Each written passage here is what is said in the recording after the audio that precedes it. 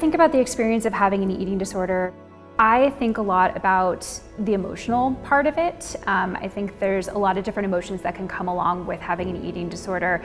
First and foremost, there's often a lot of fear, anxiety, worry related to eating, related to one's appearance, related to exercise or physical activity, any of those components.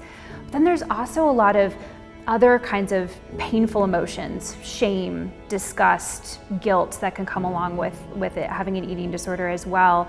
And then there's also another part of the experience as well for many people. Often intentional restriction dieting is something that's a part of many eating disorders. And that is something that's so valued in society that oftentimes there can be also a sense of pride or accomplishment that can come along with feeling like one is doing that well and one is doing this thing that is valued in society. So there's a tension between really painful emotions on the one hand, and then often some emotions that might also feel kind of good or sort of positive as well, but also the knowledge that it's really compacting and restricting someone's life. When I think about the experience of an eating disorder, I think of an eating disorder making life very small for someone.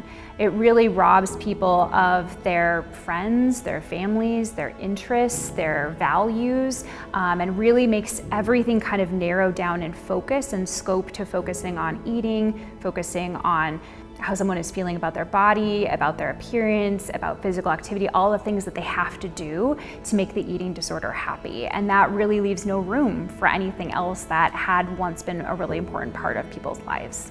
When we talk about eating disorders, we often will refer to them a little bit in the third person. So sometimes people do experience as almost being kind of this separate part of them. It's part of them, but it's also kind of this separate part of them where they can tell their kind of healthy thoughts and feelings and emotions, and then what's really being influenced and driven by the eating disorder.